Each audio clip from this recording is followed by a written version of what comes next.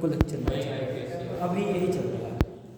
IPSC वगैरह हो गया है, फिजिकल हो गया है, इन्हें पढ़ाया जा रहा है, इसके बाद आगे नहीं पढ़ाया जा रहा है। जो जो पढ़ा रहे हैं खत्म कर करके। तो फिजिकल खत्म हो गया है, फिजिकल खाली खत्म हुआ है, इनऑर्गेनिक चल रहा है, ऑर्गेनिक बाद में चल रहा है।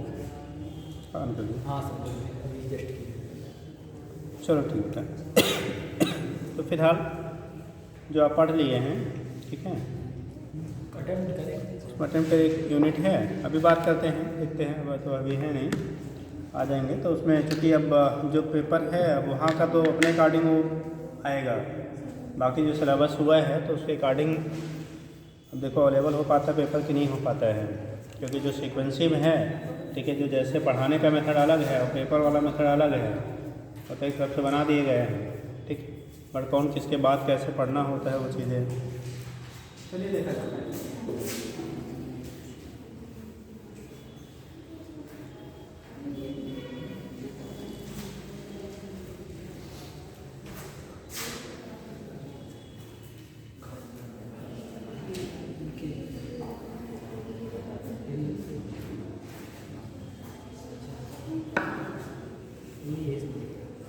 कल कहाँ तक कर लिया sir? Motional EMI in loop by generated area.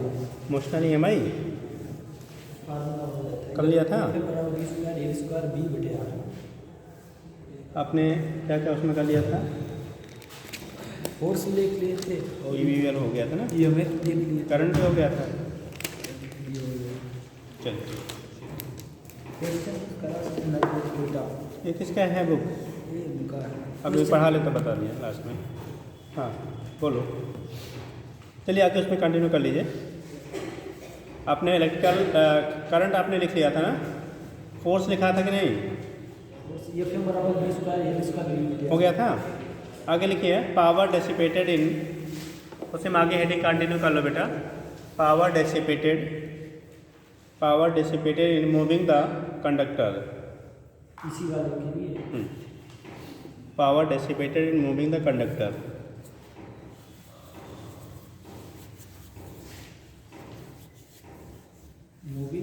The conductor, जो कंडक्टर था उसे मूव कराने में आपको पावर कितना डेसिपेट होगा, एनर्जी कंज्यूम होगी ना, तो पावर का डेसिपेशन क्या होगा? Power dissipated in moving the conductor, ठीक। तो उस केस में जब पावर डेसिपेशन की हम लोग बात करेंगे बेटा, तो P बराबर पढ़ा है आपने W/T। P इक्वल टू क्या होता है आपका? W/T। तो मैकेनिकल जो आपका होगा पावर, P की वैल्यू बताया पावर डेसिपेशन, छोटा टी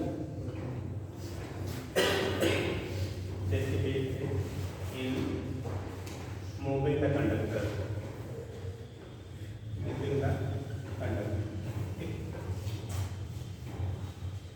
अगर कंडक्टर को आप मूव कराएंगे, क्या करेंगे? कंडक्टर को मूव कराएंगे तो पावर डेसिपेशन क्या होगा? तो P की वैल्यू जो आपकी होगी, ठीक, आप जानते हो P = dW/dt होता है।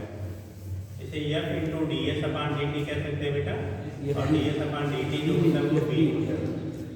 ds/dt कितना होता है बेटा? Rate of change of displacement. तो डिस्प्लेसमेंट जो टाइम के साथ वेरी कर रहा है उसी को हम लोग क्या कह लेते हैं? क्या कहेंगे? ठीक, वेलोसिटी कह देंगे, ठीक। तो P की वैल्यू F × d के इक्वल हो गया, पावर जो आपका हो गया, पावर की वैल्यू F × क्या हो गया? D के बराबर हो गया। अब देखो पीछे भी हम लोगों ने फोर्स के लिए फार्मूला निकाला था, पीछे आपने फोर्स के लिए क्या निकाला था? मैग्नेटिक फोर्स के लिए फार्मूला F = क्या आया था बेटा? नहीं, फाइनल फार्मूला क्या आया था? B² V × L² V × L² आया था ना। तो उस केस में आप इसकी वैल्यू पुट कर दो, ये होगा B² V × L²/r। ये फोर्स का हो गया, कल आपने निकाला था, देखो आपने, इंटू कितना बेटा? B से दोबारा मल्टीप्लाई करेंगे तो B² × L² कितना? R के बराबर, या BVL का होल स्क्वायर/r आप ले सकते हो।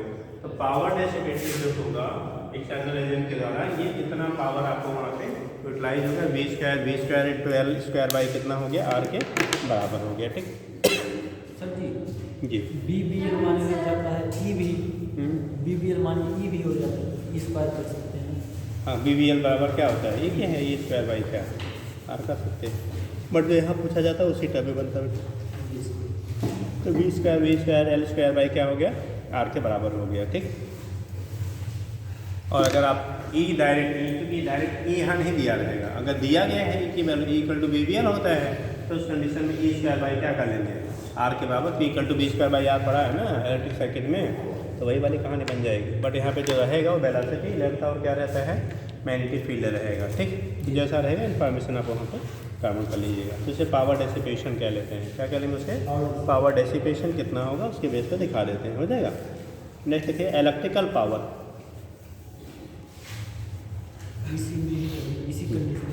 Electrical power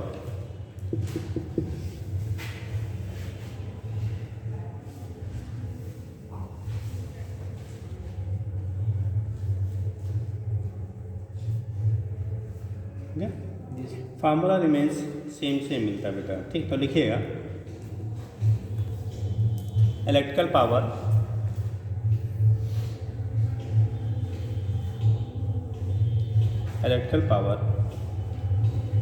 dissipated in resistance, electrical power dissipated in resistance, ठीक। R rate of heat in resistance, or R rate of क्या, heat dissipated across, rate of heat dissipated across the resistance, is given by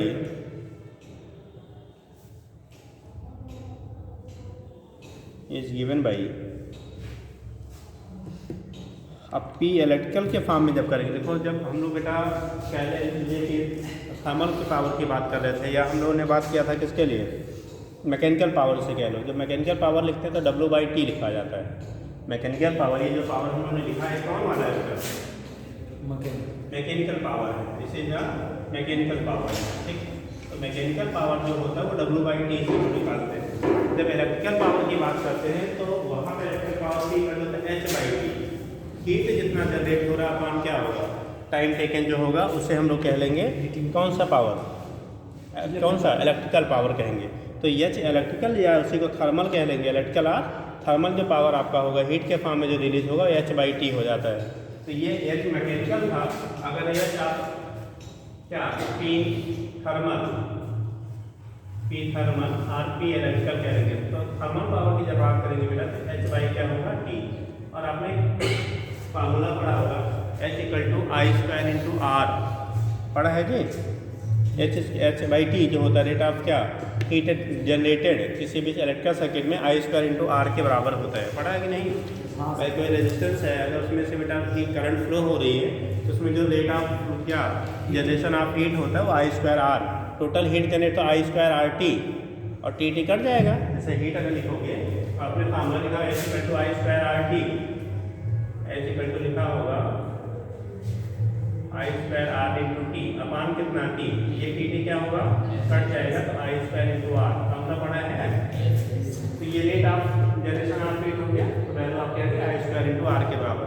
अभी पीछे देखो हम लोगों ने I² × R की value लिखा था E/R, E/R का क्या हो जाएगा होल स्क्वायर इंटू कितना R, और E बराबर क्या होता है बेटा, E की वैल्यू क्या होगी, E की वैल्यू क्या होती है बताओगे, BBL लिखा था, तो इसी के जब लिखेंगे B × V × L अपान R का होल स्क्वायर इंटू R। देखो बेटा यहाँ से जब स्क्वायर करोगे तो आएगा B² × L², R² रहेगा क्या होगा, कैसे R। देखो जो यहाँ फार्मूला आया था वही फार्मूला आपका यहाँ भी आएगा, ठीक। तो वैल्यू जो हो गई P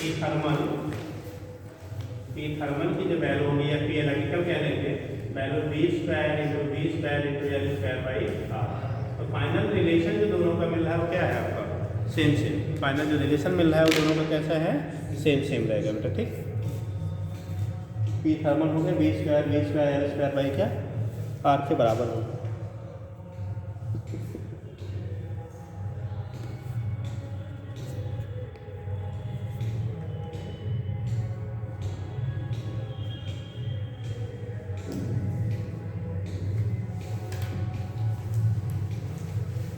दैट मीन्स कि इलेक्ट्रिकल पावर और थर्मल पावर दोनों बराबर यहाँ पे आ रहे हैं। तो इससे ये प्रूव होता है बेटा, आपने पढ़ा होगा लॉ में क्या, कंजर्वेशन ऑफ किसकी energy, law of conservation of energy. तो उसको क्या करता है, ये फॉलो कर रहा है। ठीक, यहीं पे लिख लेंगे since P mechanical equal to P thermal. नहीं बुझे, नीचे लिखिएगा इसके बेटा, सिंस पी मैकेनिकल, इसको इक्वेशन फर्स्ट है मैकेनिकल वाला, और पी क्या हो गया, सेकेंड हो गया थर्मल वाला। Since P mechanical equal to P thermal, P mechanical equal to P thermal, दोनों की वैल्यू आपस में बराबर है। ठीक, हो गया, P equal to P thermal. ठीक, दैट इज सो कर लो, so it follow principle of conservation of energy, so it follow principle of conservation of energy, so it follow principle of conservation of energy. Principle of conservation of energy,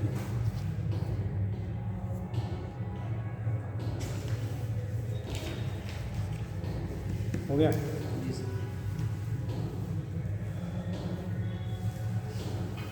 अभी हम लोगों ने जो पीछे कल पढ़ा था बेटा, किसी इंक्लाइंड अगर प्लेन है, ठीक है, उस पर किसी कंडक्टर को आप फ्री करते थे, तो उस केस में आपको टर्मिनल वेलोसिटी पढ़ा था, क्या, वीटी की वैल्यू पढ़ा था ना। इंक्लाइंड रेल पे आपने किसी रॉड को फ्री किया था तो मूव करने के लिए, तो वहाँ पे देखो टर्मिनल वेलोसिटी पढ़ा था mgr sin theta upon v square l square cos theta, पढ़ा था ना। उसी कॉन्सेप्ट को हम लोग यूज़ करते हैं अगर वर्टिकली ऐसे रख दिया जाए, कैसे, वर्टिकली रख दिया जाए और रॉड को फ्री कर दिया जाए मोशन के लिए मैग्नेटिक फील्ड में, तो उस केस में आपको जो वेलोसिटी आपकी मिलेगी, जो वेलोसिटी वो गेन करेगा वो कितना होगा, बताओगे। ये सारे केसेस हैं जहाँ पे क्वेश्चंस आपको डायरेक्ट बनता है बेटा। जैसे अभी हम लोगों ने कल ऐसे पढ़ा था कि दो आपको क्या थे, ये कंडक्टिंग रॉड थे, ठीक, इनके ऊपर तीसरा एक कंडक्टिंग और मूवेबल रॉड रखा गया था और यहाँ से फ्री किया था तो नीचे की तरफ स्लाइड कर रहा था। ये किसी एंगल पे आपने लिया, ठीक, अभी ये एंगल पे नहीं, आप अभी मैग्नेटिक फील्ड में ऐसे वर्टिकली रख दिया गया, ऊपर से सर्किट को कंप्लीट कर दिया गया, ठीक, और यहाँ से एक इस पर क्या रॉड रख दिया गया, रॉड नीचे की तरफ स्लाइड कर रहा है। तो जब स्लाइड करेगा तो वेलोसिटी पहले क्या करेगी, इंक्रीज करेगी, लेकिन जैसे जैसे इंक्रीज करेगी rate of change of flux change करेगा, इंक्रीज करेगा, और फ्लक्स इंक्रीज करेगा तो करंट फ्लो करेगा, उसकी वजह से यहाँ पे फोर्स डेवलप होगा और वो फोर्स आपको बैलेंस करेगा। जब मैग्नेटिक फोर्स और उस स्लाइडिंग रॉड का वेट दोनों इक्वल हो जाएगा, उस केस में वेलोसिटी जो होगी वो मैक्सिमम होगी, और जब वेलोसिटी मैक्सिमम होगी तो उससे कांस्टेंट वेलोसिटी से आपका रॉड क्या करेगा, डाउनवर्ड मूव करेगा। ठीक है, तो लिखिएगा, लिख लीजिए, क्योंकि कंडीशन पे बने हुए क्वेश्चन। मोशन ऑफ हो गया बेटा सबका, साइन हो गया सभी का। आज बॉयज टीम चली गई है, उसमें क्या आज वो निकला हुआ ना रैली वैली,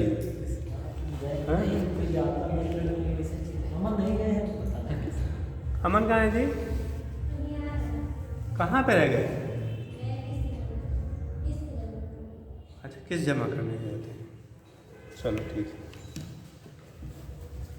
हो गया बेटा। लिखिएगा, मोशन ऑफ कंडक्टिंग क्या, कंडक्टर रॉड इन मैग्नेटिक, या ऐसे वर्ड का प्लेन कर लो, motion of conducting rod in vertical plane, motion of conducting rod in vertical plane.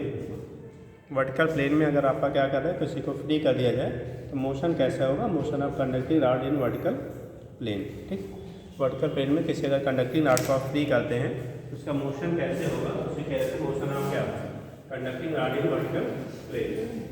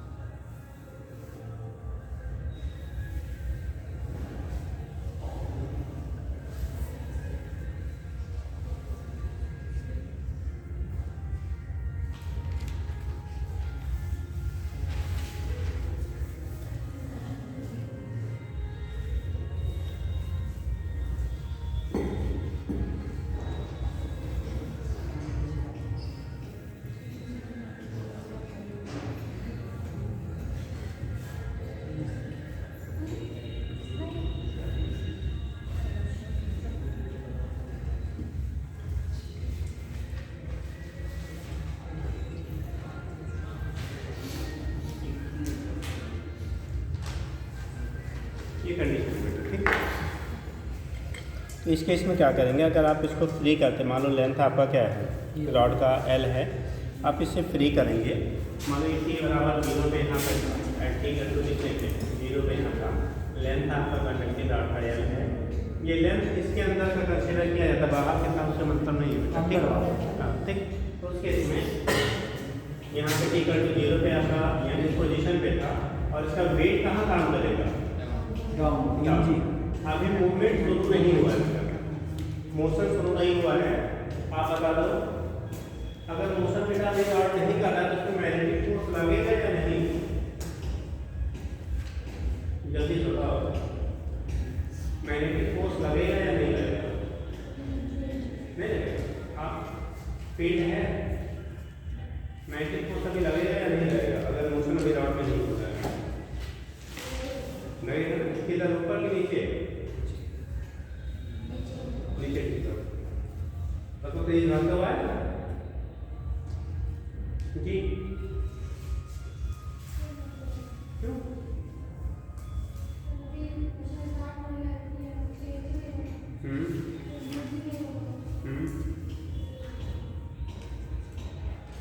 Force के लिए बेटा आपने पढ़ा है इक्वल टू बेरियल साइन थीटा। बी तो है, एल तो है, लेकिन बी तो वेलोसिटी नहीं है, तो कैसे लगेगा फोर्स, मैग्नेटिक फोर्स लगने के लिए, ठीक है, क्या होना चाहिए आपको, मैग्नेटिक फोर्स लगने के लिए क्या कंडीशन होनी चाहिए, मोशन होना चाहिए रॉड का। ऐसे रॉड लेके मैग्नेटिक फील्ड में रख दें, उठा बेटा, ठीक, खूब बड़ा सा है, जितना बड़ा रॉड है, आपको इसका मैग्नेटिक फील्ड है, अगर आप रख देंगे तो करंट बेटा क्या इंड्यूस होगा, या ईएमएफ इंड्यूस होगा इसके टर्मिनल के थ्रू, क्या तब तक नहीं होगा जब तक इसको मैग्नेटिक फील्ड में आप मूव नहीं कराएंगे, ठीक। अगर ऐसा होता तो एक दीवार पर, 2 दीवारों पर मैग्नेट लगाते और बीच में एक रॉड रखते और current supply induce EMF develop होता तो करंट हमें मिलता रहता, बट ऐसा नहीं होता। सपने में भी सपना बोलते हैं ना, सपने में मत बोलना कि बिना चले हुए और करंट डेवलप होगा, ठीक। उस कंडीशन में विदाउट मोशन के जब तक फ्लक्स में चेंजेस नहीं होंगे तब तक आपका इंड्यूस ईएमएफ डेवलप नहीं होगा, इंड्यूस ईएमएफ नहीं होगा तो करंट डेवलप नहीं होगा, ठीक। दैट मीन्स अभी मैग्नेटिक फोर्स भी काम नहीं करेगा बिना मोशन के, ठीक है। बेटर अब कंडीशन क्या हो गया, इस वेट की वजह से इसकी टेंडेंसी होगी किधर आने की, डाउनवर्ड। जो वेट ऑफ द रॉड है उस वेट की वजह से इसकी टेंडेंसी होगी किधर मूवमेंट की, डाउनवर्ड मूवमेंट की टेंडेंसी होगी। तो ये जो रॉड आपका है ना, इस पोजीशन से मान लो आपने इसको ए बी पोजीशन या पी क्यू पोजीशन ले लेते हैं, पी क्यू पोजीशन से शिफ्ट होकर मान लो यहाँ तक आया, ठीक। पी क्यू पोजीशन से सपोज आर एस पोजीशन तक ये शिफ्ट हो रहा है। जब बेटा डाउनवर्ड में मूव कर रहा है तो अभी तो मैग्नेटिक फील्ड जैसे मोशन स्टार्ट होगा इसमें मैग्नेटिक फील्ड डेवलप होना स्टार्ट हो जाएगा, ठीक। एक सिचुएशन आपको ऐसा आएगा जब इसका वेट जो आपका है mg और इस पे लगने वाला मैग्नेटिक फोर्स Fm, ये दोनों मान लो टाइम t पे दोनों कैसे हो गए, इक्वल हो गए। जब इक्वल हो जाएंगे अब उस केस में जब यहाँ तक आते हैं तो इसके पास वेलोसिटी भी हो जाएगी, भाई यहाँ से सब छोड़ा, देखो अभी वेलोसिटी 0 है ना, नीचे आ तो वेलोसिटी का गेन कर रहा है, वेलोसिटी गेन कर रहा है ना, तो उस केस में नीचे आने पे वेलोसिटी क्या होगा आपका गेन कर, तो जैसे जैसे नीचे आएगा वैसे वैसे वेलोसिटी बढ़ेगा तो मैग्नेटिक फोर्स की वैल्यू बढ़ती जाएगी, और जब दोनों इक्वल हो जाएंगे तो उस वेलोसिटी पे, जिस वेलोसिटी पे मैग्नेटिक फोर्स और क्या इसका वेट जो रॉड है वो दोनों इक्वल हो जाएंगे, वो इक्विलिब्रियम की कंडीशन कहलाएगी। और जब इक्विलिब्रियम की कंडीशन में होगा तो क्या करेगा आपको उसी वेलोसिटी को हम लोग टर्मिनल वेलोसिटी कह लेंगे, मैक्सिमम वेलोसिटी जो गेन करेगा वही हमारा क्या कहलाएगा, टर्मिनल वेलोसिटी कहलाएगा, ठीक। डायग्राम बनाए नहीं, डायग्राम बना लीजिए तो फिर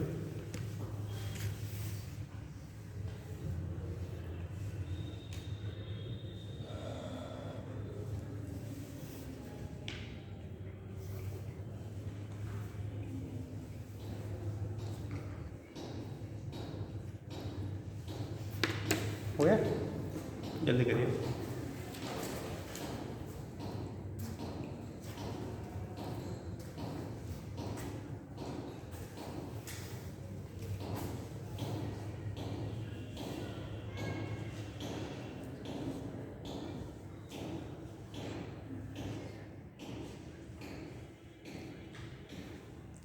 सर जी यहाँ पर वेलोसिटी हरदम बदल रही है, वेलोसिटी तब तक बदल रही जब तक इक्विलिब्रियम अटेन नहीं कर लेगा। और जब बदल जाएगा तब जब बदलेगी जब इक्विलिब्रियम अटेन कर लेगा इक्विलिब्रियम पे हो जाएगा तब वेलोसिटी नहीं हाँ, तब उससे वेलोसिटी से नीचे हाँ, जाता है। उसके जब नहीं बदलेगी तब क्यों उसमें मैग्नेटिक फोर्स डेवलप होगा। वेलोसिटी तो उसी है ना, वेलोसिटी है लेकिन वेलोसिटी बदल नहीं रही है। वेलोसिटी बदलने से वेलोसिटी है, वेलोसिटी की वैल्यू कांस्टेंट हो गई, इसमें फ्लक्स में चेंज हो रहा है ना भाई। एरिया तक जो स्वेप्ट एरिया था वो तो चेंज हो रहा है, नहीं मुझे वो सर जी जैसे जो मैग्नेटिक फील्ड है, मैग्नेटिक फील्ड लाइंस जो है वो बराबर है कुछ जी, जगह जी। सभी जगह पे, हाँ जी सभी जगह पे बराबर है। तो अगर हम तेजी से चलेंगे हाँ, तो ज़्यादा फ्लक्स में तेजी से चेंज होगा, फ्लक्स में ज़्यादा तेजी से जी। चेंज होगा, लेकिन हमारी जब वेलोसिटी सेम रहेगी सेम हो गई तो हाँ। सेम चेंज होगा। तो जब सेम फ्लक्स में चेंज हो रहा है सर ना। अच्छा फ्लक्स आप में लोग सर का जी चेंज नहीं हो रहा है। होगा। अरे भाई ये राउंड नीचे की तरफ आएगा, जी सर आएगा हाँ। ठीक। तो जब एरिया बढ़ रहा है तो उस केस में फ्लक्स में चेंज नहीं हो रहा है, फ्लक्स में चेंज हो रहा है बट वो कांस्टेंट रेट से हो रहा है, इसलिए जो ईएमएफ इंड्यूस होगा वो कांस्टेंट होगा। जैसे जनरेटर चलाते हैं ना, जी सर तो जनरेटर की स्पीड आपके पास जब लगेगा जनरेटर ठीक है, तो एक बार घटाना बढ़ाना तो देखो वैल्यू क्या करेगा, फ्लैक्चुएट करता है। बट जब जनरेटर एक कांस्टेंट रेट से चलता है, हमेशा थोड़ी बढ़ाते हैं, कांस्टेंट रेट से चलता है, तो उस कंडीशन में क्या होता है, आपको कांस्टेंट सप्लाई देता रहता है कि लाइट आना बंद हो जाता है, नहीं आता है ना। क्यों? क्योंकि कांस्टेंट रेट से कांस्टेंट रेट से चल रहा है, तो फ्लक्स में चेंजेस का रेट कांस्टेंट है, चेंज हो रहा है, चेंज ऐसा नहीं। जब फ्लक्स में चेंज नहीं होगा तब उस कंडीशन में ईएमएफ इंड्यूस नहीं होगा। फ्लक्स में तो चेंज हो ही रहा है ना, बट वो कांस्टेंट दर यानी कांस्टेंट रेट से हो रहा है, इसलिए आपको कांस्टेंट ईएमएफ प्रोड्यूस होगा। आपके दिमाग में कांस्टेंट नाच रहा है, अरे कांस्टेंट साहब फ्लक्स नहीं है, कांस्टेंट वेलोसिटी है, जिसकी वजह से चेंज कांस्टेंट है, चेंज हो रहा है, चेंज रुका नहीं है। अच्छा मेरा का सर जी हाँ, वो हम जान रहे जहाँ से आप बैठ कर जाने जाएंगे बैठ ठीक। तो उसके इसमें कांस्टेंट रेट से बेटा वो चेंज हो रहा है, ऐसा नहीं। देखो इंड्यूस ईएमएफ या इंड्यूस करंट तब डेवलप नहीं होता जब उसमें चेंज ही नहीं होता। चेंज ना होने का मतलब रॉड किसी पोजीशन पे आके रुक जाता, जब रुक जाता तो इसके एरिया जो स्वेप्ट है वो कांस्टेंट हो जाता। तो phi equal to B A, phi की वैल्यू कांस्टेंट होती है, तो उस केस में इक्वल टू डी फाई पर डी टी, तो इंड्यूस ईएमएफ डेवलप नहीं होता। बट वो तो बदल ही रहा था साहब ठीक, बट उसके बदलने की दर क्या है, फिक्स है, इसलिए कांस्टेंट ईएमएफ डेवलप करेगा। मुझे अब सोचते रहना, अभी नहीं, क्लास के बाद सोचना। चलो देखो हो गया, समझ गया ना बेटा। सर बोल दिया बात, लेकिन सर ऐसे मान लीजिए ऐसे रखा गया है सब कुछ करंट मैग्नेटिक फील्ड, वो तुम्हारी कहानी अलग है भैया, जो तुम कह रहे हैं इसी अभी सभी जगह पे सेम है सर जी। एक क्या फील्ड ना, फील्ड एरिया चेंज हो रहा था। अब आप फ्री वायर राड की बात कर रहे हो कि फील्ड है, हम राड ऐसे कांस्टेंट लेके कर रहे हैं। समझ गए, हमारी गलती है, समझ गए। हो गया। जब आप बोलना शुरू किया है ना, तभी मुझे तो वहीं कहाँ से कन्फ्यूज़ हो रहे हैं, वो वही है। इनका मतलब ये था कि जैसे राड है ठीक, अब मैग्नेटिक फील्ड कांस्टेंट है बेटा, हम इस राड को कांस्टेंट रेट से ले जा रहे हैं, तब तो इसमें कोई चेंजेस नहीं हो रही है। अरे वहाँ पे ये क्या क्लोज सर्किट नहीं है, तब की कहानी है। यहाँ पे सर्किट क्लोज है, इंटीग्रल करके जी 1/5 लगता हो गया बेटा। तो देखो लिख लीजिए 2 लाइन, ठीक है। If rod is release from rest, if rod is released from rest,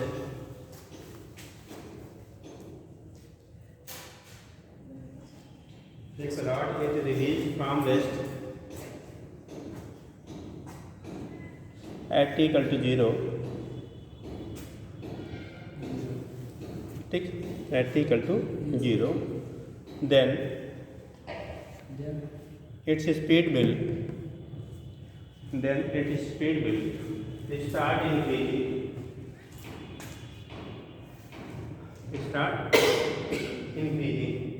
आपको ये मैक्सिमम वैल्यू लिख लिया करिए साहब, ओवर इंटेलिजेंट नहीं बना करिए, लिख लिया करिए जब लिखाया जाए। अरे लिखे फिर से लिख डालो यार, 20 बार लिखने पे याद नहीं रहता तो एक बार लिखे हो। जितनी बार लिखेंगे उतनी बार एक्यूरेसी बढ़ेगी, ठीक। एनसीईआरटी कहता है 50 बार पढ़ो, तो 50 बार पढ़ो तो फिर अगली हमें कुछ ना कुछ नया मिलेगा, ठीक। तो कंपटीशन कहता है जितनी बार लगाओगे हर बार कुछ ना, उसी में आपको नया जुगाड़ मिलता रहेगा, ठीक है। क्या लिखा? up to maximum value at which weight of the body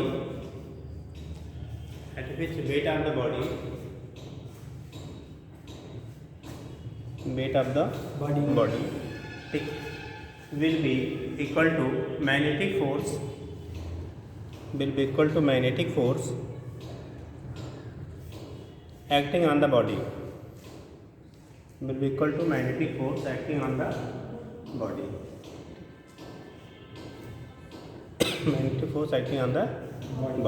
ठीक and this velocity is called this constant velocity कह लो and this constant maximum velocity is called terminal velocity. This constant maximum velocity is called a terminal velocity.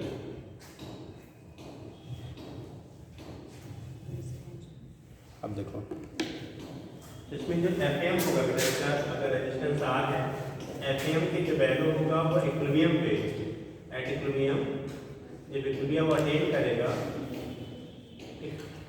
एक की तरह दिमाग में ऐसा कभी कभी हम लोग ये भी सोचते हैं इक्विलिब्रियम का मतलब रेस्ट में नहीं आ जाना होता हमेशा। इक्विलिब्रियम का मतलब ये नहीं जब रेस्ट में आएगा तभी इक्विलिब्रियम होता है। डायनेमिक इक्विलिब्रियम भी होता है, स्टैटिक इक्विलिब्रियम भी होता है। जैसे आप लोग बैठे हो कौन वाले इक्विलिब्रियम में हो? रुकने वाले, ये स्टैटिक वाले में है ठीक है। आपका यहाँ पे ये मोशन कर रहा है, इस समय यहाँ वेलोसिटी जब दोनों बराबर होंगे तो इक्विलिब्रियम भी कहलाएगा। बट क्या वो स्टैटिक है? अभी तो रॉड मूव कर रहा है, जैसे केमिकल काइनेटिक्स आपने पढ़ा हो, पढ़ा है केमिकल काइनेटिक्स पढ़ा दिया गया ना। केमिकल काइनेटिक्स में आपको इक्विलिब्रियम पढ़ाया गया होगा ठीक। तो डायनेमिक नेचर क्या होता है? स्टैटिक होता है वो सर फॉरवर्ड बैकवर्ड वाला होता है। At equilibrium reaction will be question बनता है तो reaction will be cease, reaction बंद हो जाएगा या रिएक्शन विल रिमेन कंटिन्यू। क्या होता था? आरएफ और आरबी दोनों बराबर हो जाते हैं। अरे बराबर होते हैं, उसके बाद रिएक्शन बराबर होने के बाद रिएक्शन बंद हो जाता है कि चलता रहता है? रिएक्शन दोनों दिशा में बराबर चलता है,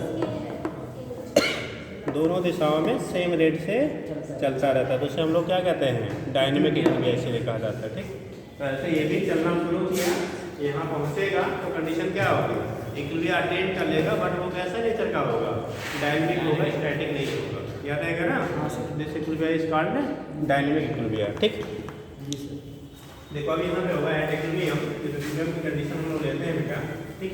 तो एफएम इक्वल टू क्या होगा? mg के। और एफएम के लिए भी हम लोग देखो मैग्नेटिक फील्ड में इस सिचुएशन में आपने क्या फोर्स के लिए फार्मूला लिखा था? b square v into l square upon r लिखा था ना, वही वाला है। तो b square v into terminal हो जाएगा into l square by r equal to किसके? mg के। तो vt की वैल्यू आएगा mgr upon b square into उस वाले फार्मूले में जब इक्वाइलेंट सरफेस पे लिखा था तो यहाँ पे एंगल कंपोनेंट भी आता था, यहाँ पे वो एंगल कंपोनेंट नहीं आ रहा है ठीक है।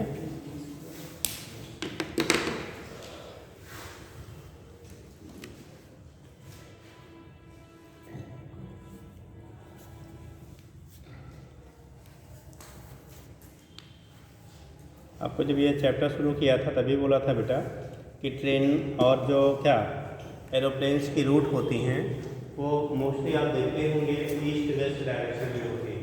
जी सर। मोस्ट ऑफ केसेस में क्या होती हैं? ईस्ट वेस्ट में होती हैं।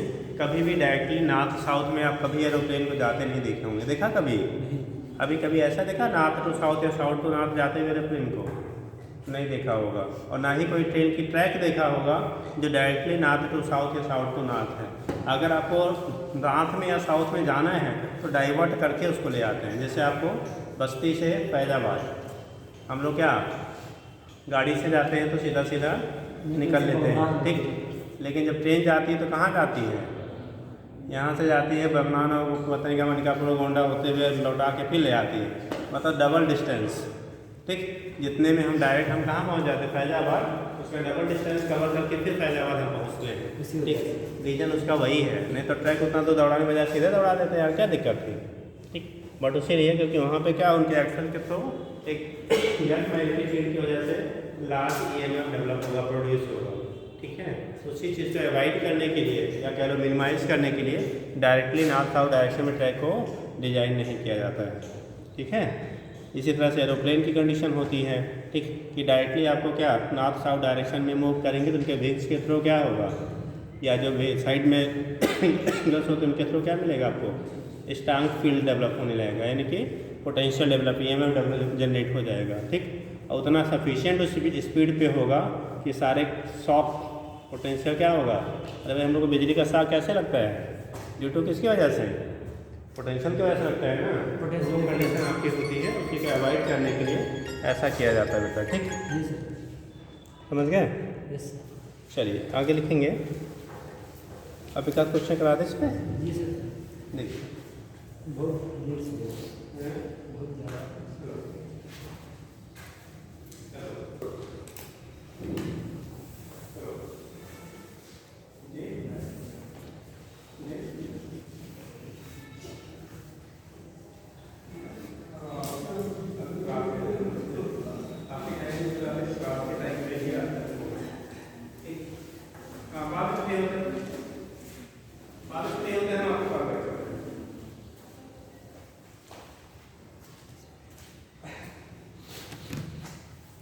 पता रहता है इस टाइम क्लास होगा, बट चलो देखो, तो BT की वैल्यू है mgr/v²/L², ठीक।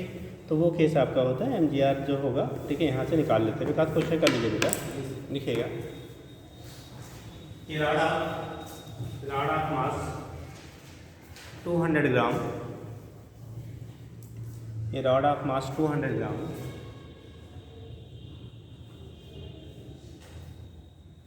ये rod of mass 200 gram is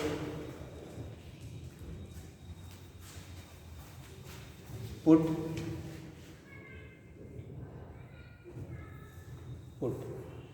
ठीक है on a कंडक्टिंग रॉड या कंडक्टिंग, उसी को रेल कह दो बेटा, कंडक्टिंग पैरेलल रेल्स कह दो, conducting parallel rails as shown in figure, इसे बना देते हैं as shown in figure, as shown in figure. देखिए, if intensity of magnetic field, if intensity of magnetic field, if intensity आपका क्या बेटा, magnetic field is 5 × 10⁻² Weber per meter square, 5 × 10⁻² Weber per meter square, and the length of movable rod, and the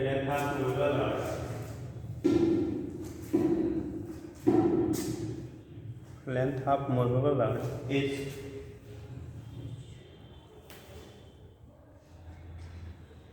50 centimeter,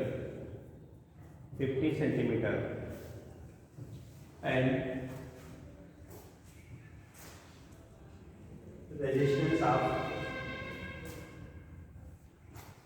resistance of circuit will be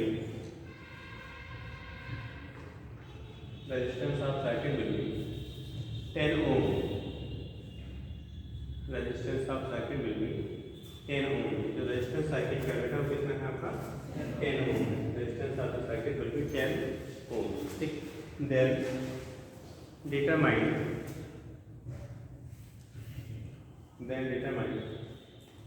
terminal velocity of the rod and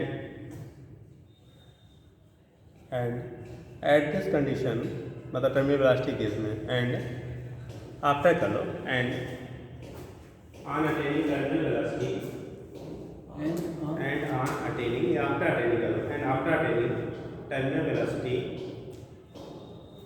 the current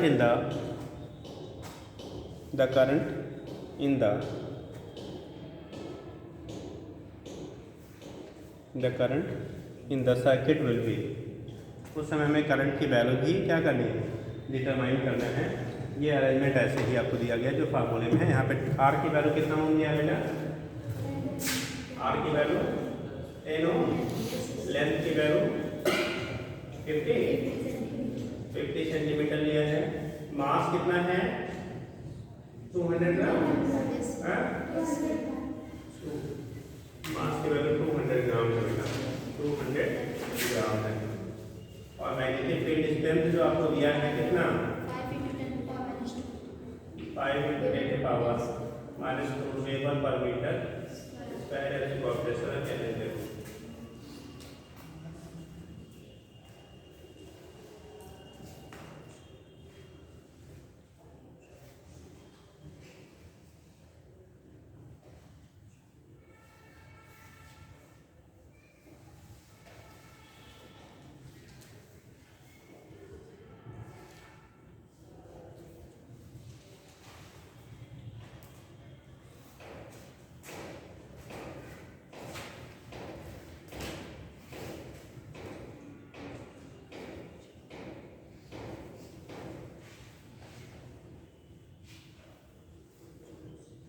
हो गया? माल तक बहुत ज़्यादा आ रहा है, बहुत ज़्यादा बहुत ज़्यादा लगता है, कम कर लो।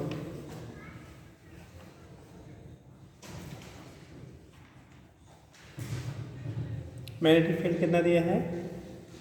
5 में 10 -2 बढ़ा दें क्या? नहीं मैग्नेटिक फील्ड की वैल्यू 25 × 10⁻⁻² कर दो बेटा। 25 × 10⁻⁻²। वैल्यू लाना। अरे वेलोसिटी बहुत तेज आपकी आ जा रही है। मैग्नेटिक फील्ड की value 25 × 10⁻² weber per metre square कर लीजिए।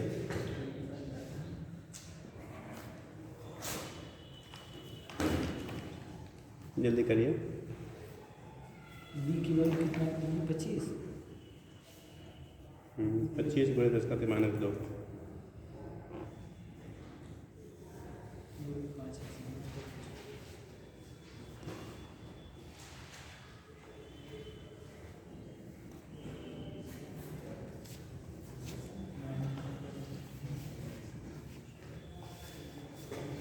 जल्दी करिए।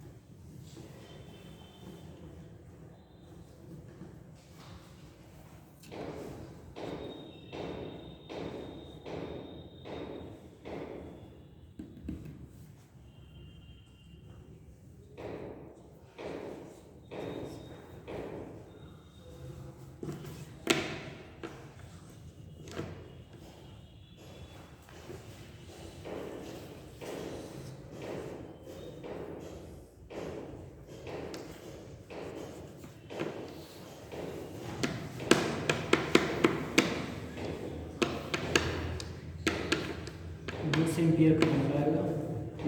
करंट 2 एम्पियर आया? लगा है 1 सेकंड। आया जी? नहीं आया। 0.8 और चेंज हो वेलोसिटी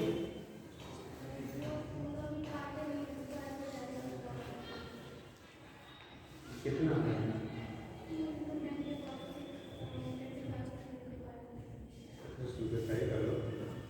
ऐसे कहाँ ऑप्शन मिलेगा? चलिए देखते हैं बेटा कितने लोग आ गया। 1 सेकंड जल्दी करिए, जल्दी करिए।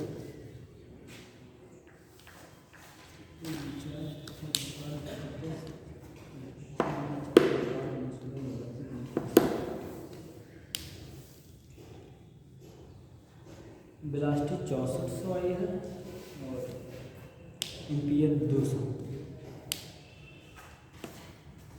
देखते हैं, देखो अब आपको निकालना था टर्मिनल वेलोसिटी, पहले फाइंड करना था। मैंने मास 2000 ग्राम है तो केजी बदलेंगे तो 0.2 हो गया, ठीक। जी का मान आपने यहाँ ले लेना, रेजिस्टेंस आपको 10 ओम दिया गया, अपान वी की वैल्यू आपने लिया है 25 × 10⁻², ठीक। इसका क्या है स्क्वायर, इंटू एल की वैल्यू लिया है तो कितना 50 सेंटीमीटर, 50 का मतलब 0.5 का आप स्क्वायर कर लो, ठीक। तो कंडीशन ऊपर होगा 10 कैंसिल हुआ है, ऊपर 20 आ गया बेटा, अपान इसका जब स्क्वायर करेंगे 25 का स्क्वायर कितना होता है 635 इंटू 10⁻⁴, और ये हो गया 0.25 का स्क्वायर करेंगे तो 0.25 आ गया। अब कंडीशन क्या करना है, इसको अगर हम लोग घटा दे पावर को तो ऊपर हो गया 20 अपान, इस डेसिमल को हटाओगे तो 625 इंटू 25 इंटू 10⁻⁻ नेट आ जाएगा -60, ये दो डेसिमल हटाया ना तो दो पावर यहाँ पे हमने ऐड कर दिया निगेटिव में। अब 5 से काट दो 4 और ये हो गया कितना 5, ऊपर बचा ये ऊपर चला जाएगा 4 इंटू 10⁻⁶ अपान 5 से अगर आप करना चाहेंगे तो 625 इंटू 5 से 0.8 टाइम जाएगा, ऊपर अगर आप हटाएंगे 80005 हो गया ना, अपान 625 जब डिवाइड करो बेटा वेलोसिटी काफ़ी लंबी मिलेगी, डिवाइड किया जल्दी से 25 से काट दो यार, कितना 1.3 पक्का, 10 पावर ये भी पक्का है नहीं बेटा, वो नहीं आएगा, पावर 3 आएगा। अरे 625 से आप डिवाइड करेंगे 800 में बचा ये 3 बचा, ठीक। तो वैल्यू कितनी आ जाएगी 10⁻3, देखो कैलकुलेट करो कितना मीटर पर सेकेंड, लेकिन ये भी बहुत कम नहीं, बहुत ज़्यादा है। 1300 मीटर पर सेकेंड की वेलोसिटी अटेन करेगा वो, एक लुइया पे अटेन करने कितना 1300 आएगा ना, चेक कर लो बेटा फिर से। अरे डेसिमल में था ना, डेसिमल में था तो एक पावर घट गया बच्चा, 5 पावर 0 आपने बढ़ा लिया, इसे डिवाइड करेंगे तो 800 में आपका 625 से डिवाइड जाएगा आपका, ठीक। ये 3 0 तो बचेगा और 10 पावर कितना दिस, कैलकुलेशन आप चेक कर लेना। और आपको पूछा गया था करंट की वैल्यू क्या है बेटा, E = VB हम लोगों ने पढ़ा था, है ना।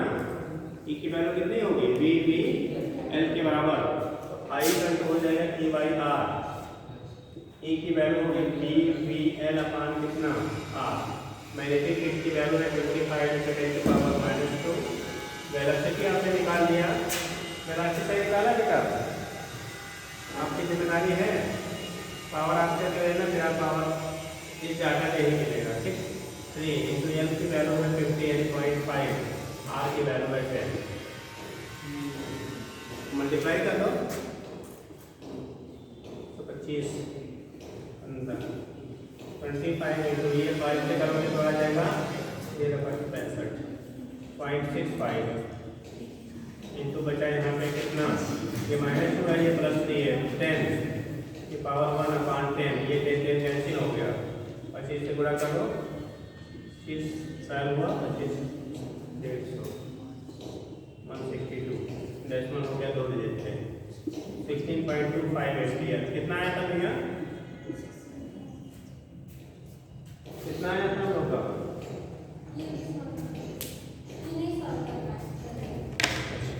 चलिए, तो यहाँ से हम लोग कैलकुलेट कर लेते हैं बेटा कि करंट की वैल्यू क्या होगी और वहाँ पे क्या टर्मिनल वेलोसिटी क्या होगा, कर लेंगे। कॉन्सेप्ट रहे फिलहाल, डाटा आपको ऐसा एग्जाम में दिया जाएगा जो इजी वे में कैंसिल हो जाएगा, ठीक। ये तो डायरेक्ट डाटा दिया गया तो विदाउट कैलकुलेटर, तो इसलिए लंबा हो जाता है सर। जी अब गुणा भाग घर पे मैच करवाना है, कॉन्सेप्ट समझ लो, मल्टीप्लिकेशन, लेकिन हमारा गलत काम नहीं समझ पा रहे हैं, कहीं मल्टीप्लिकेशन वगैरह गड़बड़ किया होगा, ठीक।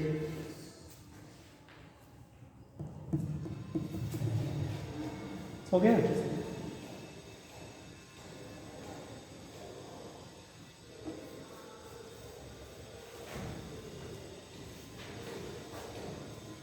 चलिए नेक्स्ट देखिएगा अगला हेडिंग। नोट हो गया बेटा? जल्दी करो सर, वही आ जाएंगे।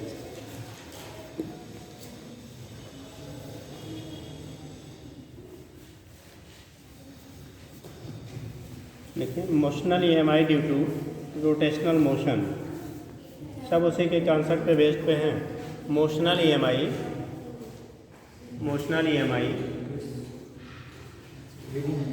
हाँ, अगला हेडिंग है motional EMI due to rotational motion. Motional EMI due to rotational motion, कहाँ हम लोग गलत हुआ था डाटा पता चला?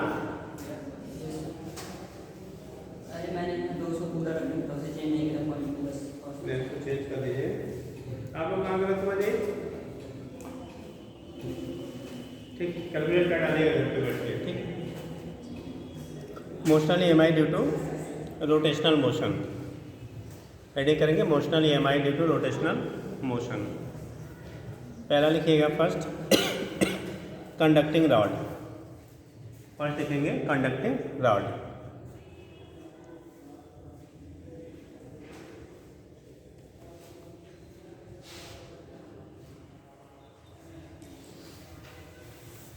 देखो होता क्या बेटा, जैसे मान लो ये हमने कंसीडर कर लिया एक रॉड है, अगर इसको एक इंच को फिक्स कर दो और दूसरे इंच को ऐसे मैग्नेटिक फील्ड में यूनिफॉर्मली रोटेट करिए, कुछ ऐसा यहाँ है जो ठीक, तो उसे आप रोटेट करेंगे ना, तो ये देखो अगर मैग्नेटिक का फोर्सेज अपवर्ड या डाउनवर्ड जो भी रहेगा, अगर उसके परपेंडिकुलर रख के इसको हम लोग क्या कर रहे हैं, रोटेट करेंगे, तो ये इसको कट करेगा, उस रीजन के मैग्नेटिक फील्ड को क्या करेगा, कट करेगा। और जब मैग्नेटिक फील्ड कट होगा तो वहाँ से क्या होगा, फ्लक्स क्या चेंज होएंगे, तो फ्लक्स इंड्यूस होगा, उसकी वजह से आपका वहाँ पे इंड्यूस EMF होगा, उस फिर फाइनली हमारा ड्यूब क्या करेगा, वो करंट आपका फ्लो करेगा। अगर आप दोनों टर्मिनल के थ्रू एक सर्किट मेंटेन कर देंगे तो ठीक, तो उस केस में कैसे होता है कितना इंड्यूस EMF डेवलप होगा, वो चीज़ें हमें यहाँ से डिटरमाइन करनी होती है। तो इसका ए पार्ट कर लीजिए आपका किसकी वजह से, कंडक्टिंग रॉड, तो लिख लीजिए a conducting rod of length L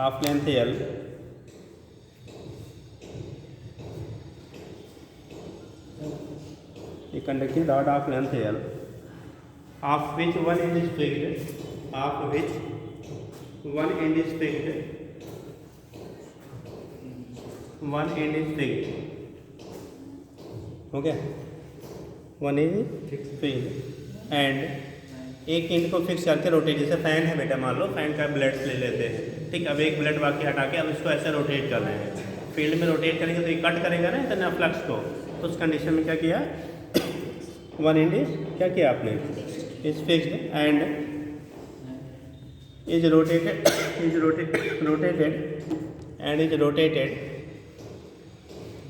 about axis passing through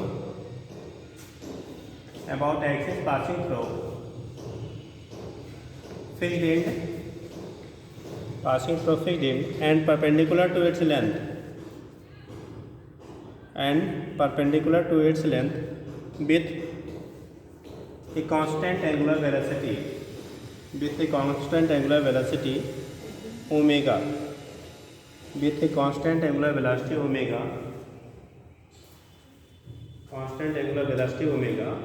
in uniform magnetic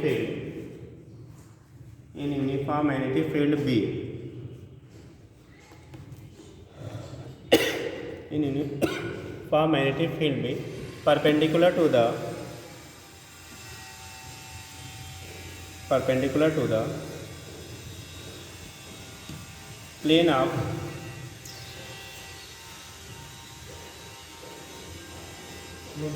paper, जिसमें लिया है उसके पेपर के परपेंडिकुलरली प्लेन में, ठीक है, perpendicular to the plane of paper, ठीक, लिखिएगा, then due to change in flux,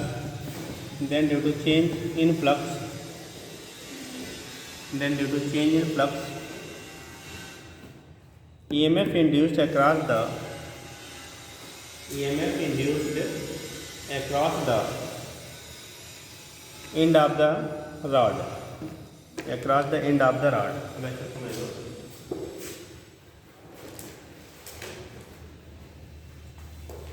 ये नोट तो ये है ना।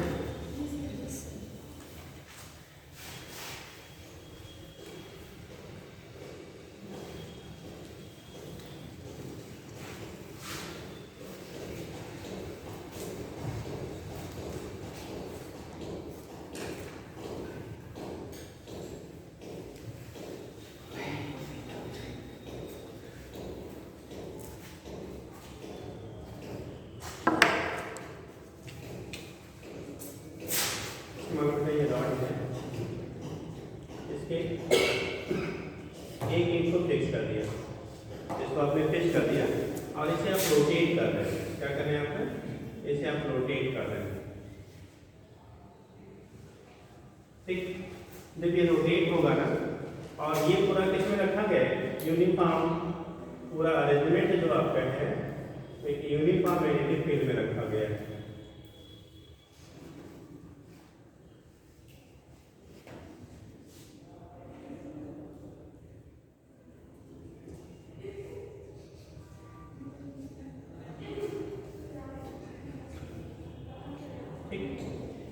इसे put in uniform magnetic field.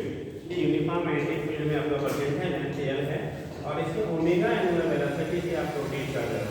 मान लो किसी में आपका इंस्टेंट पे ये यहाँ से पहुँच के यहाँ तक पहुँचा, ठीक, भाई रोटेट करेगा तो देखो ये शॉर्ट कर रहा है ना एरिया को, ठीक, तो उस कंडीशन में उसकी वजह से यहाँ पे एक इंड्यूस क्या डेवलप होगा?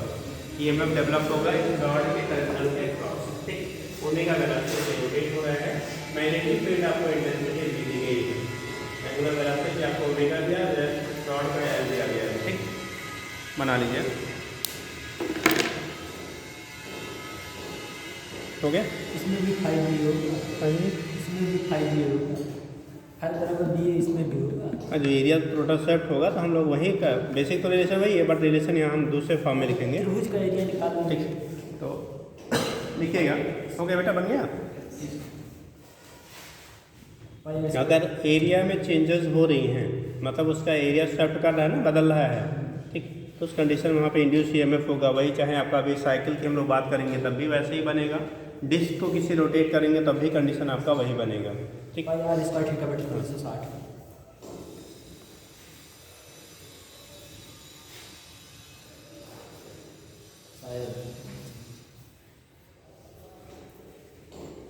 रिलेशन हमारा तो चेंज हो जाएगा। वहाँ पे फाई इक्वल टू BA करते थे, ठीक, तो E equal to D phi upon DT करते थे।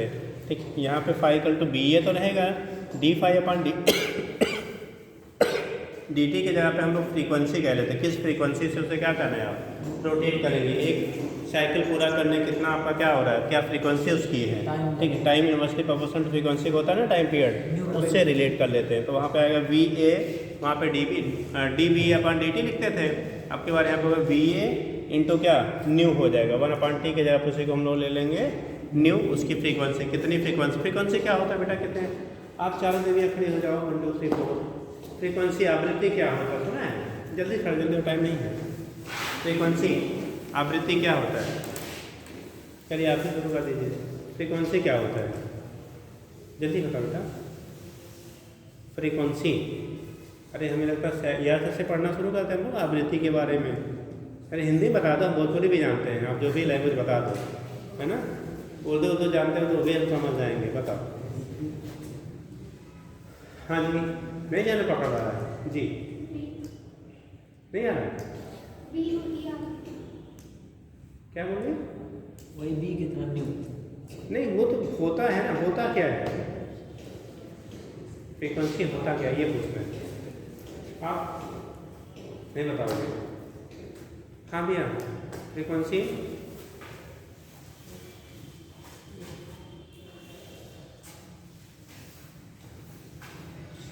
याद रखा करिए जो पीछे पढ़े हुए यार, LKG से लेके अभी तक इतने बड़े तक पढ़ते आए हैं।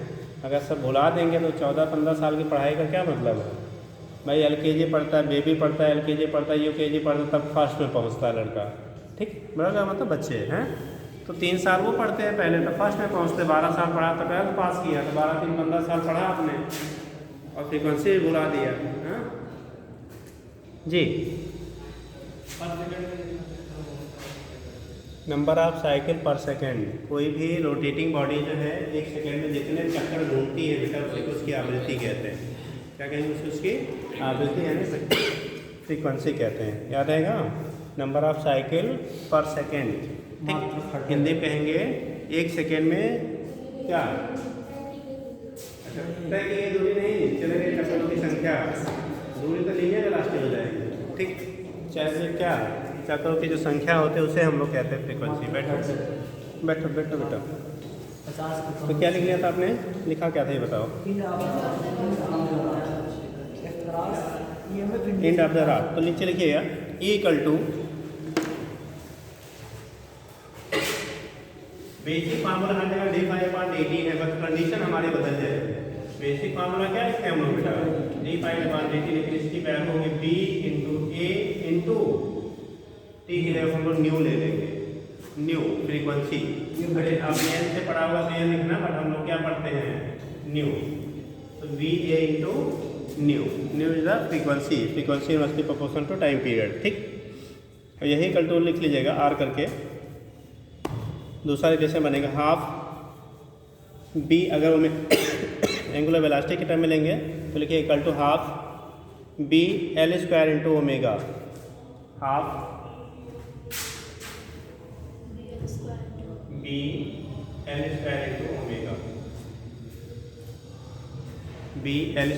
एरिया होगा कितना बेटा, एरिया कितना होगा ये 2πr, हाँ कितना होगा एरिया, कितना होगा भैया πr²। और जब ओमेगा लिखते हैं तो 2π × n होता है, 2π × न्यू होगा। ठीक, तो न्यू की जगह पर होगा क्या ω/2π, तो पाई कट जाएगा। अरे ऐसे आया देखते पूरा, समझ जा रहे हो।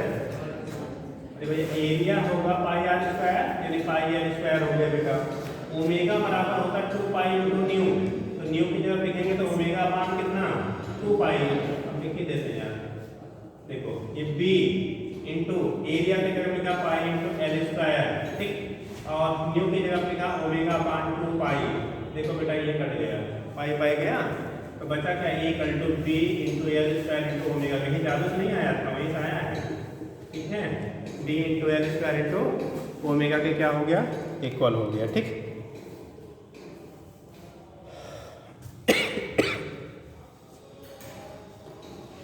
और अगर इसे टाइम पीरियड के टर्म में लेना चाहेंगे तो BL² × π × न्यू, और न्यू बराबर 1/t का लेना, और करके लिख लीजिए, कभी कभी उस टर्म में भी लेता है।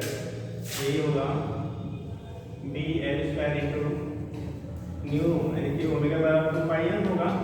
ये हाफ है बेटा, हाफ यहाँ छोटा 1/2, ये हो गया क्या ओमेगा बराबर 2πn होता है, तो 2 कट गया, पाई बच गया, पाई × कितना न्यू, और न्यू बराबर 1/t होता है, तो ये लिखेंगे BL² π/3। चलिए फार्मूला यहाँ पे बन गया।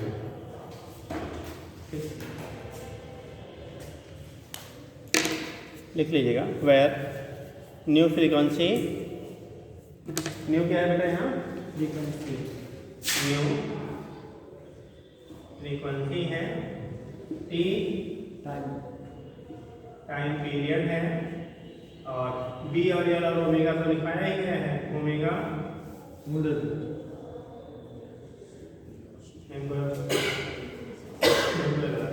एल वगैरह ऑलरेडी आपने लैंग्वेज में लिखा हुआ है।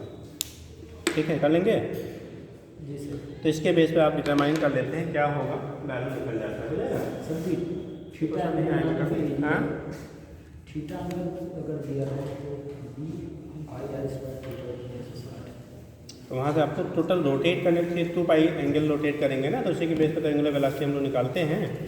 ठीक, तो सर आ गए बेटा।